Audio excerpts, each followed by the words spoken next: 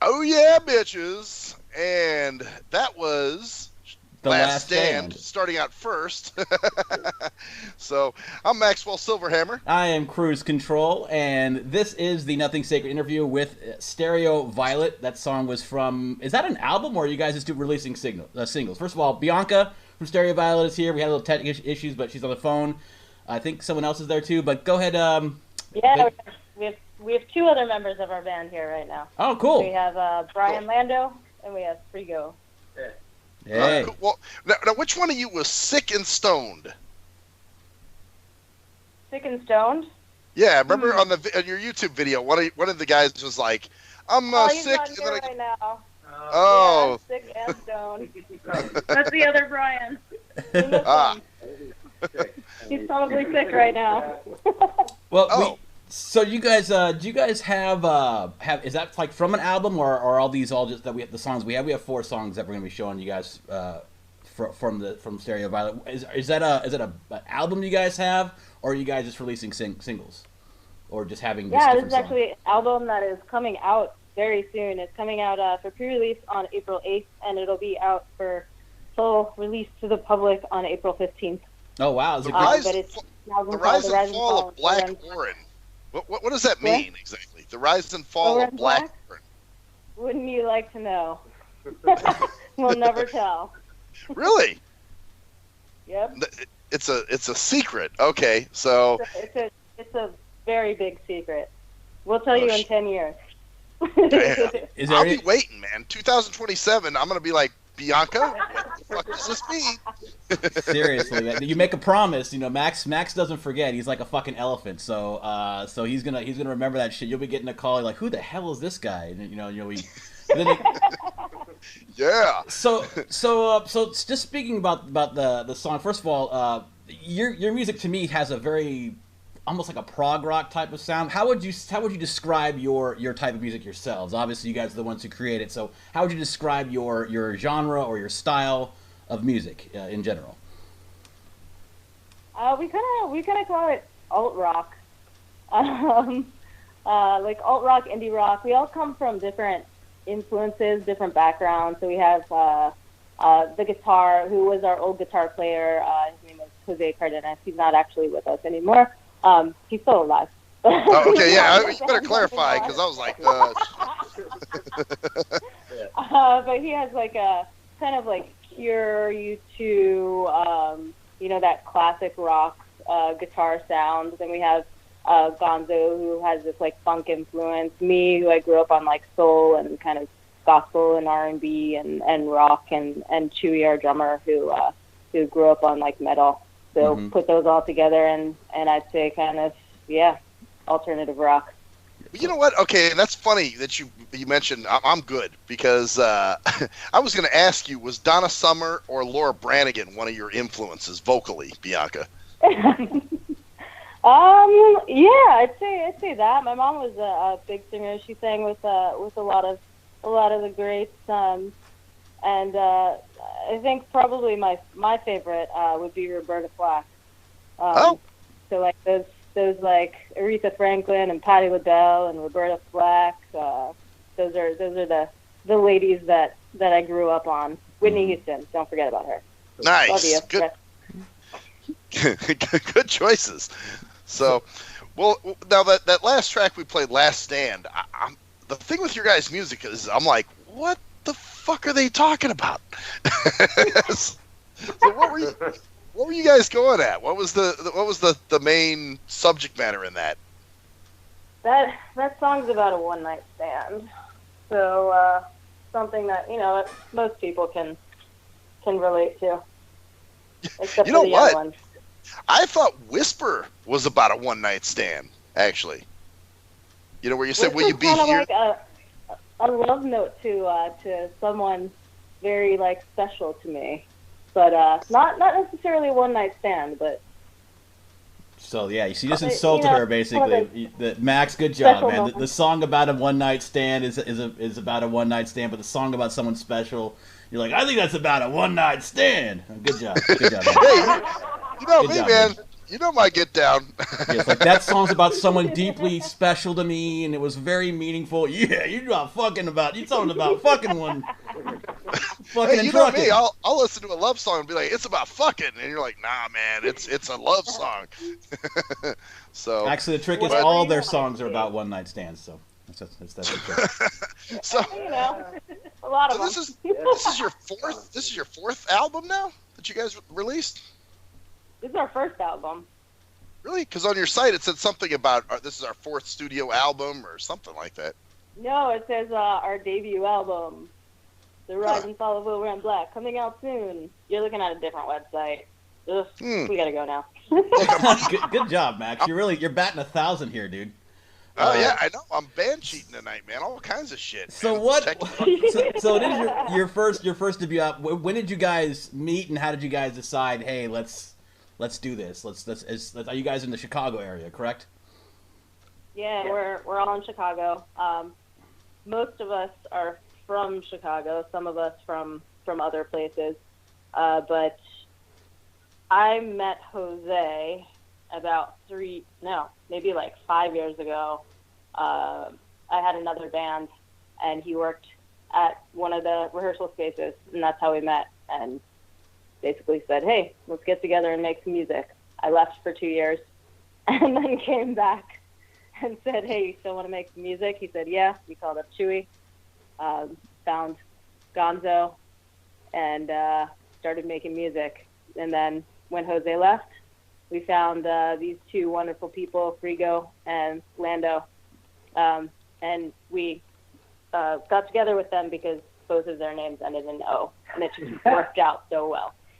Well, you've got Star Wars influence, you got Muppet influence, you got Lando, Chewie, Gonzo, and was it Frigo?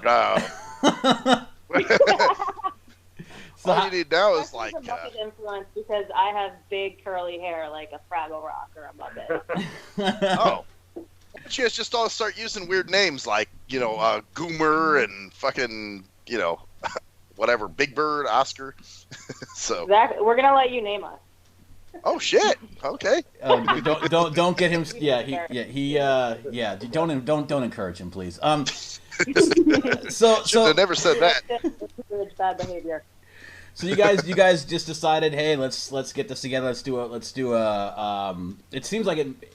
Let's get a band together. But obviously, in a big city like that, was there any difficulties trying to? I mean, it seems like there might be a crowded music scene there, or is it less crowded than it might appear to be, or how does that work out there? I'm in the Oregon area. So. Yeah, it is a pretty saturated independent music scene, but I think we do pretty well. We play out quite frequently, and show every week right now. So. Yeah. So where you guys? We get around. I'm sorry. Where are you guys? You guys are playing on a weekly? You have a weekly gig? Not a weekly gig. We just have a bunch of shows that we've been playing leading up to our album release, which is on April 11th at Subterranean. So we've been kind of playing as much as we can, and looking forward to that upcoming party. And it is going to be a party. Your release. I wish I could. It's a release party. It is a release party, yes. Oh shit! Where's it gonna be? Maybe for those who are in the Chicago area, might want to come on out and show some love. Yeah, it's gonna be at Subterranean, April 11th. April 11th. Okay. Cool. All right. Yeah. What time? Doors are at 7:30. Show starts at 8. We have some a great band called Invisible Cartoon that's going to be playing with us, and an awesome DJ called Jaro that's going to be playing with us. Another O. Another O! Jeez. Call yourselves oh shit. Hey, is that what the O-Rin is? Is that the black O-Rin? The O? Yeah. Maybe. I'm actually gonna search that shit when I get off this call. I'm gonna Google that shit to see if I can find out what the hell that means. If I can find out, maybe it's some kind of like. It almost sounds like I read a lot of fantasy, so maybe it's some obscure fantasy reference or something. Or unless you're all Satanists, which is awesome. But yeah, you can tell us. We're not gonna be like, hey, they're Satan worshipers. Well, you can tell us, dude, Max. You're not. You're telling everyone else who's listening here. It's a secret. See, it's part of the mystique. Do you know anything about promotions or Jesus? Man, okay. We're Illuminati. What can we say? Or Jesus. Jesus, I'm in Satan. So how did you guys hook up with Lamaya? That's kind of who turned me on to you guys. I actually did a track with him. Really? That should be coming out soon. I haven't actually heard the finished product, but I'm excited for it. I heard it when I was doing it. So you did the vocals for like on the chorus or something for a rap track, or is it basically a song? Yeah, I did. So it's a rap track. I did hook for it, and then kind of like sprinklings of vocals around. Do you find it? I actually have done that myself. I've done some backup tracks, some chorus tracks and stuff like that, hook whatever. Do you find it a lot different than doing stuff with just a band, like doing it, for that? Like, do you think it's like you feel like you make yourself sound a little different? Just on a side note, but on that. Yeah, I mean, they're always different styles of music, so it tends to be really interesting. And I don't have to write as much. I can write 3 lines instead of an entire song. So it becomes really interesting, kind of what you can do with it and how you can play around. And I think with rap, I can get a little bit closer to the kind of like R&B-ish type sound that I kind of grew up on. Well, I would think there's probably more preparation with rock, though, right? You got to mic up the drums and guitars and all the instruments. Where with rap, man, you just plug your board in and just rock it. Yeah, I always love rock. Is kind of my favorite thing to sing and play with and play live with, because you have all these people that you're playing with, and it just has this nice energy to it. So with you guys there right now, so you got Bianca. Obviously, you're the lead singer. Do you play any other instruments, or are you just lead? Oh no, God no. They come over to my house all the time, and I have like 7 guitars that I can play about 4 chords on. I played the bass in high school, and that was okay, and then I stopped. I want to play the triangle in this band, but nobody will let me. Oh, shit. I don't have faith in my triangle playing ability. Just waiting for the right. So what? Or maybe the cowbell. Oh, how about the jug? There's always room for more cowbell, of course. So we've got we've got Lando. Is it Lando and or Gonzo? And Frigo. Frigo. So what do you guys play? What do you guys play in the band? I'm Lando. I play guitar, keys, and backup vocals. And whatever else we ask him to learn, he will learn. Like cowbell or triangle. Something. Hopefully, like banjo. I don't know. Electric jug. Yep. That's the jug. Man. And then Frigo, what do you play? If I'm pronouncing that right. I play guitar. I play like I pick up the lead. Okay. Position. So you got I guess you got a total of what? So for those who aren't here, it's you got a 5-person band, 4-person? Is there only 1 or 2 people not available? 5. We have 5-person band. 2 of them are not here right now. Oh. And they get an F for that. Just kidding. They get F for forever. We get report cards. We love you forever. Or 5 ever. Well, why don't we get into let's see, what's next on the agenda? What was the next Shotgun. Shotgun. Okay, so what we'll do is we'll get into Shotgun. We'll come back. We'll talk about that, and we'll talk some more and bullshit some more. So we'll be back on the Nothing Sacred interview in just a few moments. And this is Shotgun. What is the album is called? What's it? The Rise and Fall of Black Oren. Oh, okay. So and we don't. Oren Black. The Rise and Fall of Oren Black. Oren Black. Sorry. Oren Black. Good job, Matt. You're really, like I said, Max. You're doing great today, dude. Good job. I'm having a night, man. Yeah. Fuck. So, anyways, let's get on to this. We'll be back in a few seconds on the Nothing Sacred interview.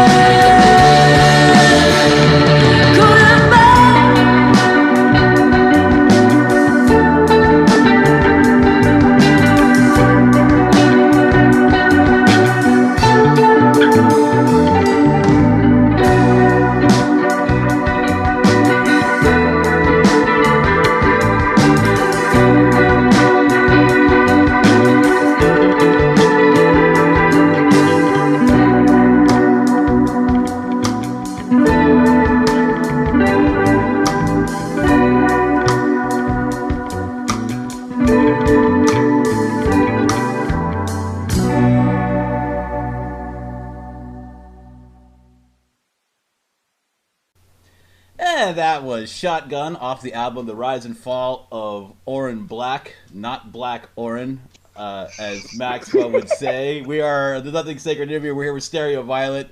They're joining us all the way from Chicago. See, Chicago is big for me because I'm really into improv comedy, and Chicago is like the improv comedy capital of the world. You know, the city. Second city. Yeah, second city. Either that and Toronto are like the huge improv cities. You know, a lot of people got their start there.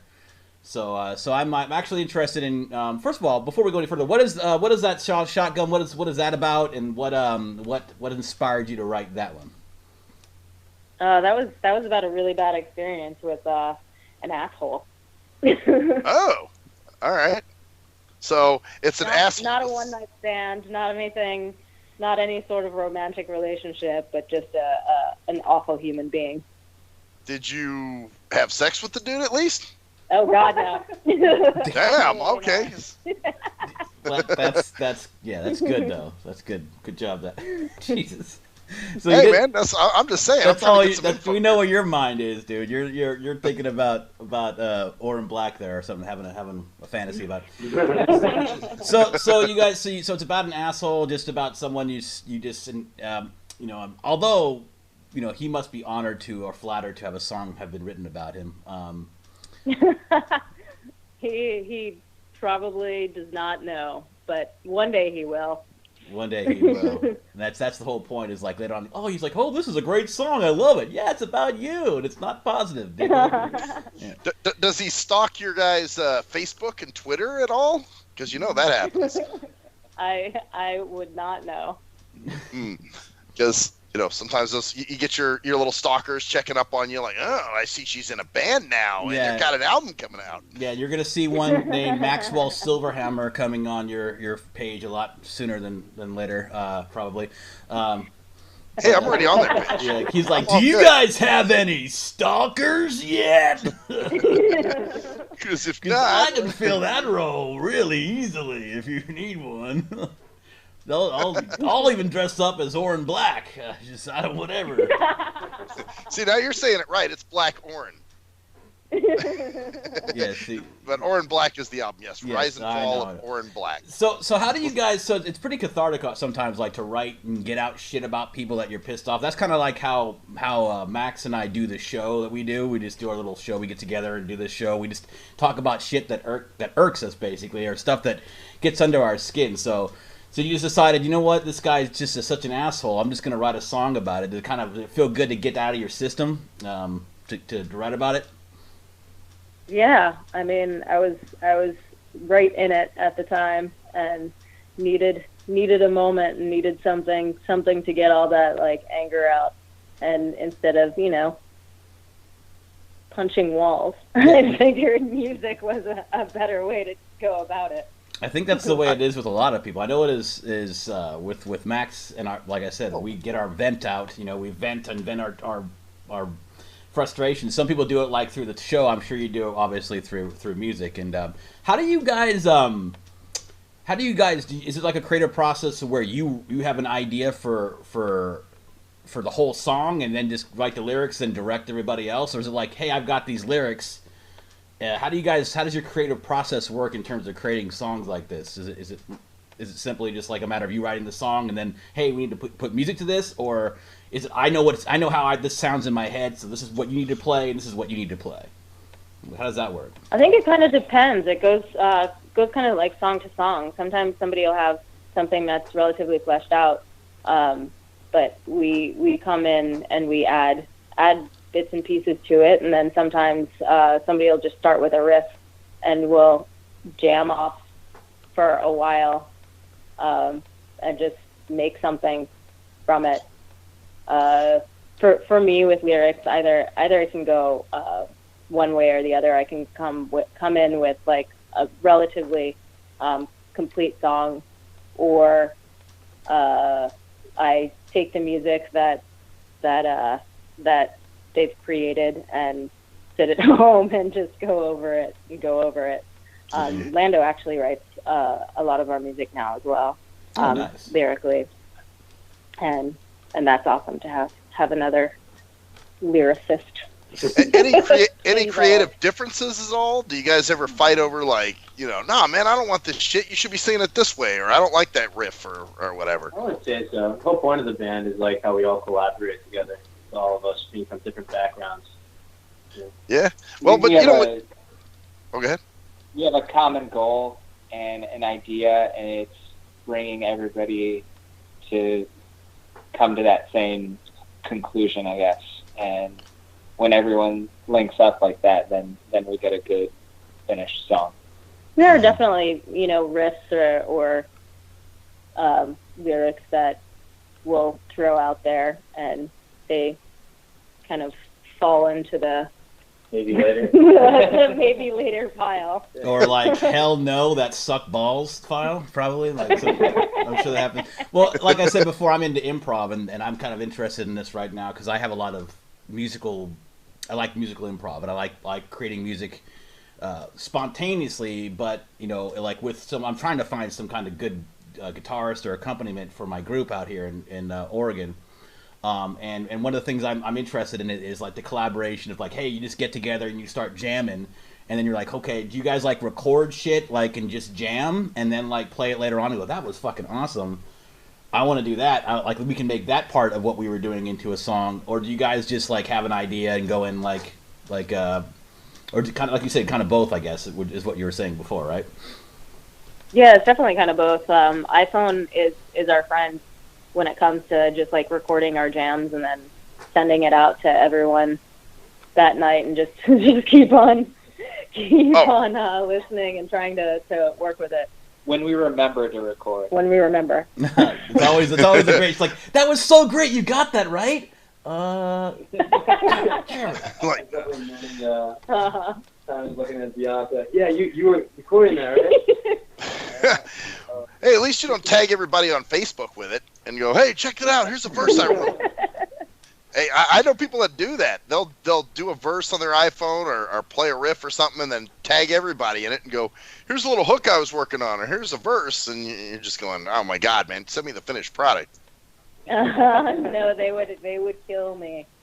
Do you guys use a lot of people now are also using home recording studios, like they do it all in their own place, or do you guys go to professional studios, or they even, or is that something you guys do, or to cut corners? It seems like not cut. Oh no, none of us are really coordinated enough or know enough about engineering to do that. So we go to We go to Fullerton Recording Studios here in Chicago. We work with Kevin Ford. I went to school for about 30 days, maybe one semester for audio engineering, and then decided, why am I doing this? I really just want to sing. Ah, see, so that's what I was saying earlier, where I'm the technical moron. I just don't have the patience for some of this shit. But you did go to photography school. I see. I did. Yeah, I went to Parsons for photography, which was awesome. And you got the an associate's in photography, or? No, I have a bachelor's in fine art. Oh, nice. Yeah, it's associates. Dude, that's batting 1,000, Max. Associates. Hey, I just assumed she's like, I only went to school for 3 days or whatever. I'm like, okay, maybe you're not a school person. Some people aren't, I'm not a school person. I consider myself intelligent, but I couldn't stand school. I can't stand structured learning. I like to learn my own way. That's why I like improv, because improv, you don't have to memorize anything. You just kind of go with it. So it seems like it's kind of the same way. Like so you guys have a combination of where you write something, you'll try to sing something, and then because my thing was if I like write something in my head, because like I said, I'm in the music a little bit myself. But if I write something in my head, sometimes you get someone else to play something, and it doesn't sound. It's almost like a perfectionist thing. Like, do you ever like have something in your head, you bring it to them, and does it usually come out the way you envision it in your head, or does it almost come out differently and almost better in a way? Like, how does that usually work out for you guys in terms of? Frigo's he's really good at explaining exactly what he wants to happen with music. Me, I'm like, yeah, do this, you understand? Make it sound like darker or brighter. And they're like, what are you talking about?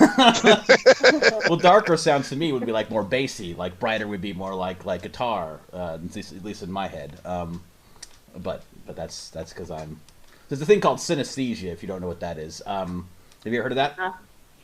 Yep. Yeah, it's where you see you see sound, and I see sound. Like I see I'm a synesthesia. So synesthete? You're a synesthete? Synesthete. That's what it's called. You're right. It is a synesthete. Yeah, you taste sounds, you smell, sights, shit like that. Yeah. So curious, so it all seems to be coming together, and for you guys, in terms of that, so you guys record. Don't do any home recording. You record at a place. Did it take you a long time to find the right place, or is it something that you guys knew, like someone from that recording studio, or is it was it luck? I mean, how long did it take you guys to get the right piece in that way? I knew Kevin Ford. We started to write music together a while ago, and haven't quite finished what we've been writing, but I knew him from that, and so we decided to go and record with him, just because of, I guess, the history, Mm-hmm. Well, that's it. It is important, like what Cruise Control's saying, though, to have an engineer who knows what you want, who works well with you, because you might get somebody who just has no fucking clue, and all of a sudden, you're not getting the sound you want, or you're settling, or whatever. You know what I mean? Yeah, exactly. I'm seeing something real quick here.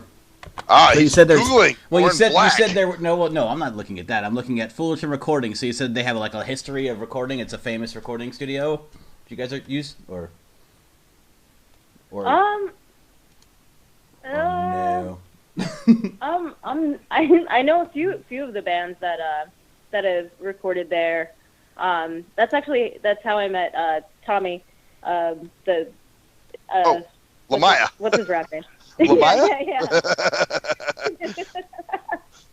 Yeah. Yeah. That's where we met as well. He goes there to mix and master. Oh wow! Oh cool, man. Well, yeah. Let's get into what is it next? Is it Whispers? Or are we doing Broken Leverage? Broken Leverage, which is an interesting name for the song. Here, we'll get into what that means, what that song's about in our final segment. So let's go ahead and listen to that off the album, The Rise and Fall of Max. Go ahead and say it. The Rise. Orin Black. And this is the song of Broken Leverage by Stereoviolet. Back in a few on the Nothing Sacred interview.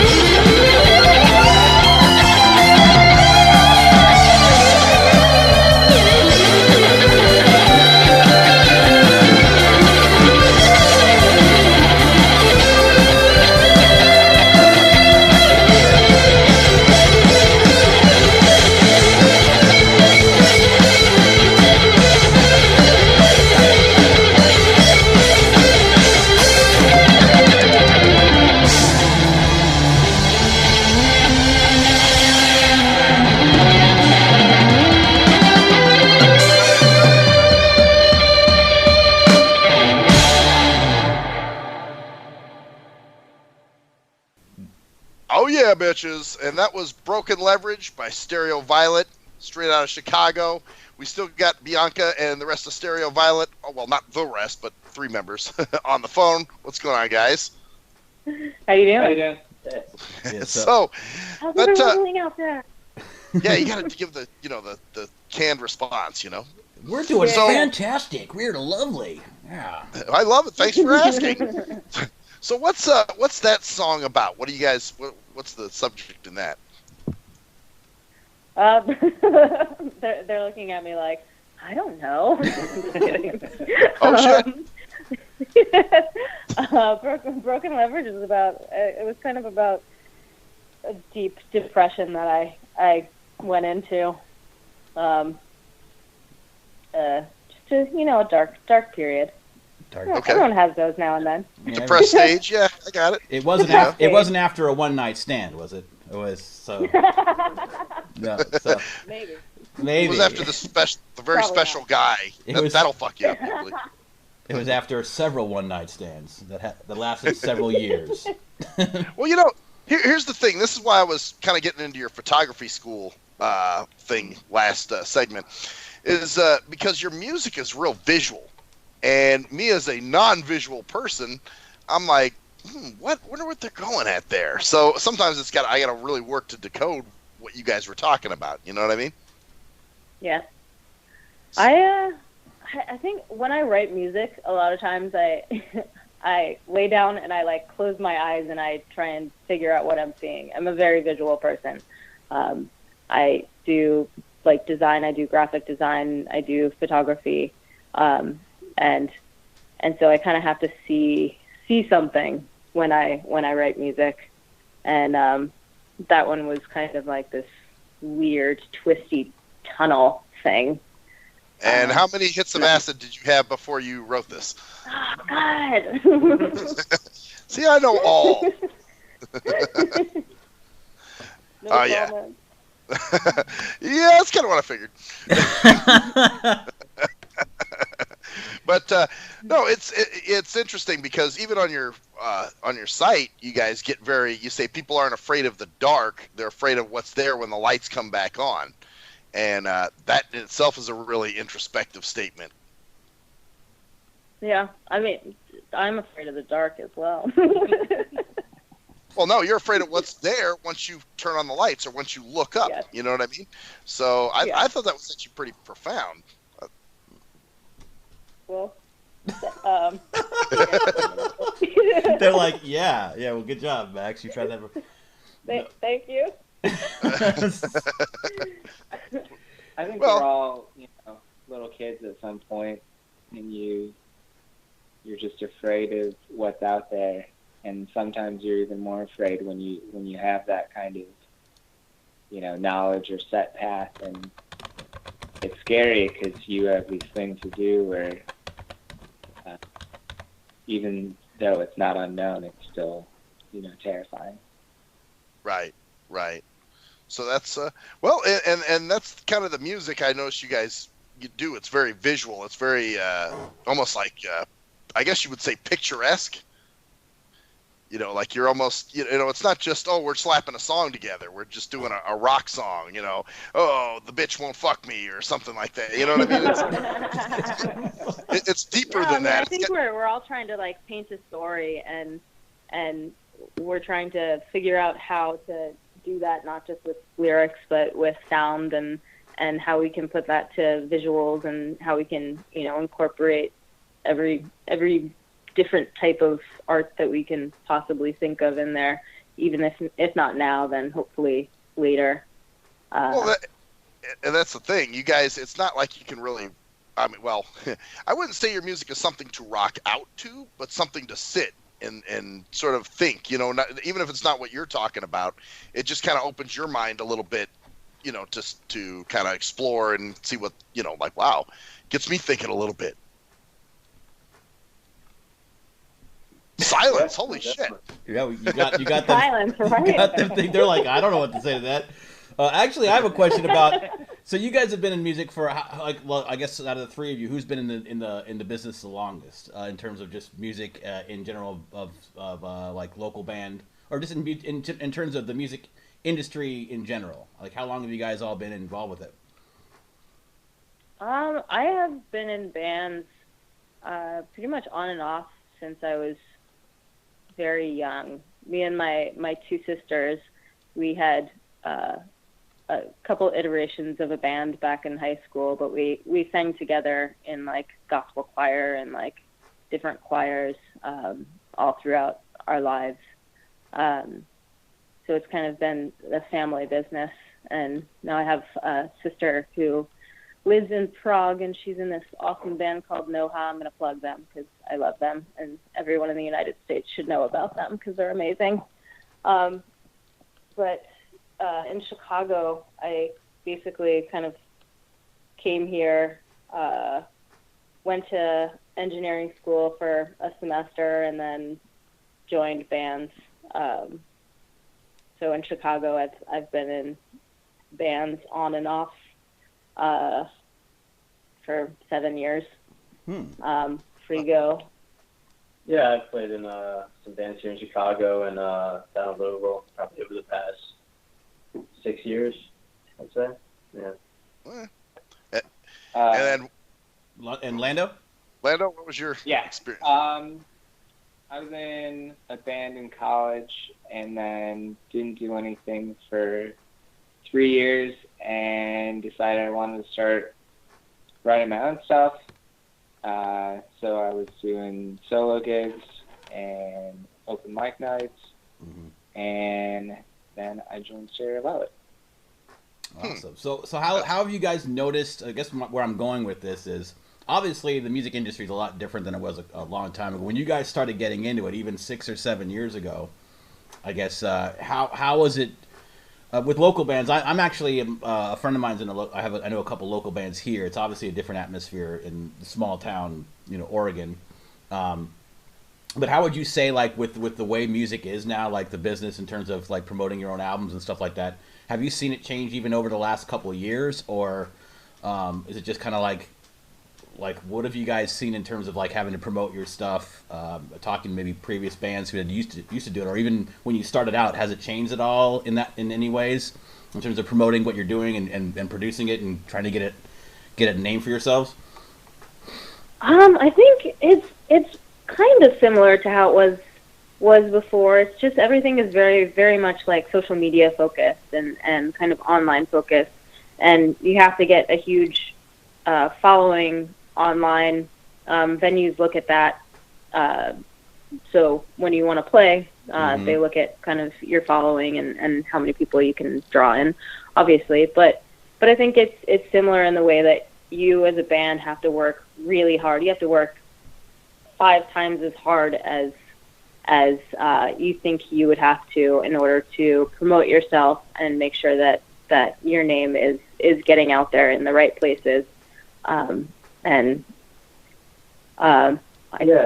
is like constant interaction with your fans now, whereas like I guess every once in a while you used to get a break. Now it's like every day you're like, it's important. Like just every day putting something out there. Yeah, like you it's fun. It's exciting, but it is a lot of work, and I think sometimes it gets overlooked that you're doing music, so it's this like great like fun kind of creative thing, and it's a break from everything else, but it's work. Yeah, it's a lot like of work. You leave your 9-to-5 job, and and then you work more. Well, here's the problem with social media, though, is you might have a lot of followers or friends, but that doesn't always mean that they're fans. You know what I mean? Absolutely, yeah. So you could have people. We might have 100,000 followers, but are they really fans of Stereoviolet, or are they just fuckheads that want to, say they have a bunch of followers, or better yet, want to tag you in everything to promote their bullshit because they see you have a decent following? Yeah, absolutely. You do have to find that that happy balance, and I think it is really important to still be able to talk to people in person, and get that FaceTime with people and get them kind of out to see you and see what separates you from anyone else. Are you guys see what makes you unique? Are you guys planning? Did you guys pressing anything? Did you guys actually press CDs, or are you guys going straight through the digital Spotify type promotion that way? It's obviously a lot less expensive than actually pressing or making CDs. But are you guys going both routes, or how are you guys in terms of how can people get your stuff, basically? We did actually go both routes. We printed kind of a limited number of CDs. But we will be also on all the like streaming sites and all the like iTunes and Amazon and all those things as well. But we will have a number of those to sell and to give away to some. I was going to say, you probably for your shows you're going to need merch, right? That's why you're doing the physical CDs mainly.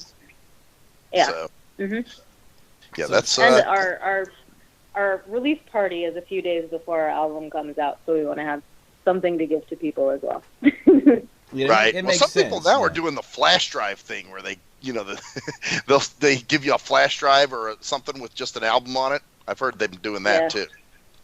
So. Yeah. And then you can delete it and use that flash drive for whatever you want.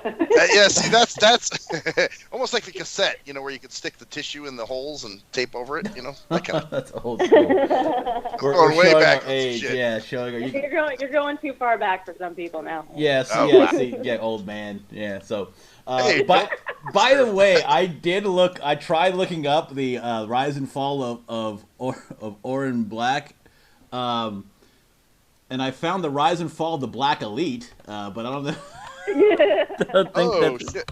So this must be maybe it's it does sound like something out of a book, but I don't know, man. Maybe it's. I'm gonna find this out. out now. It's my destiny to find this out now. So I'm gonna try to figure it out. So. All right, I'll shorten it. 5 years, I'll tell you. Okay, 5 years. So if you don't tell me in 5, then you can still expect Max to call you in 10. Yeah, 2027. Right. So. I'll be calling you. Maybe it's the name of the very special guy in the Whisper songs, Penis. I don't know. Jesus. I'm speculating. Gotta hit everything. So anyway, speaking of that, so why don't we go ahead and wrap this up? You guys have been great. Thank you so much for coming on tonight. Sorry we had the tech issues. We'll just get this out for you guys. So before we go any further, where can people go to get information about you and you buy your music go ahead and go and spew all your stuff. Where can people find you and the latest information about from all your stuff? What websites and stuff? So everything will be Stereoviolet, stereoviolet.com, facebook.com/Stereoviolet. Instagram is stereo_violet. I think I also own Stereoviolet, but I think I forgot the password a long time ago, so I got lazy and just got another one. We have a YouTube channel, which is c/Stereoviolet. And it's all Stereoviolet, one word, right? It's not. There's no space between stereo. All and violet. Stereoviolet, one word, except for Instagram, which is _. So stereo _violet. _violet. Okay. Cool. Stereo_violet. Okay. And you guys will have your stuff will be on stuff like Spotify and other places as well, like all those like CD. I don't know if the CD Baby is still big or not or whatever. Oh yeah. Oh shit. It'll be on CD Baby. It'll be on Spotify, iTunes, Apple Music, Amazon. All the streaming sites. There are probably more, and I can't remember them. But and April 11th is the drop date, correct? April 15th is the drop date. April 11th is our party that you guys need to come out for. Yeah, if you see There'll a be bald like fire breathers and dragons and. Yeah, if you see a bald blind dude who's hiding behind a bush staring at you, that's probably Maxwell.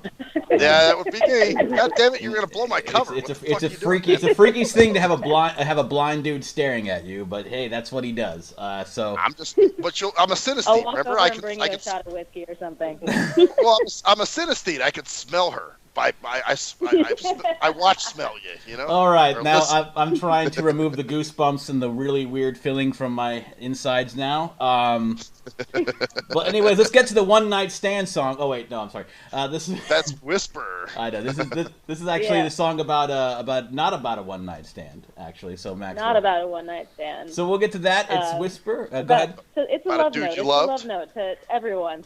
That's your one love song on the album, then. And it's a little love note to everybody. Awesome. Well, thank you guys so much for having us. Yeah. Hey, thanks for coming on, and thanks for being patient with us too. Yeah. Thank you. Yeah. Thank you very much for coming on tonight. Once again, this is Whisper from the album The Rise and Fall of Black Orange from Stereoviolet. Oh shit, Orange Black. This motherfucker. I wanted to see if you catch that. See, I did it on purpose. Yeah, that's what I promise. Anyways, screw you, Maxwell. Thank you guys for coming on. Bianca, Frigo, Lando, the rest of the band. You guys, great. Good luck to you on your exciting new adventure in terms of this new album. And Absolutely. have a rocking time on the 11th. And good luck to you guys. Hope everything works out for you. And we'll see you guys soon. Thank you for coming on. Yeah. Thank Thank you. you. Thank you. Awesome. All right. So here is Whisper by Stereoviolet. I am Cruise Control. I'm Maxwell Silverhammer. And that's the story there. Story there, Bitches! Nothing Sacred interview. We'll see y'all later.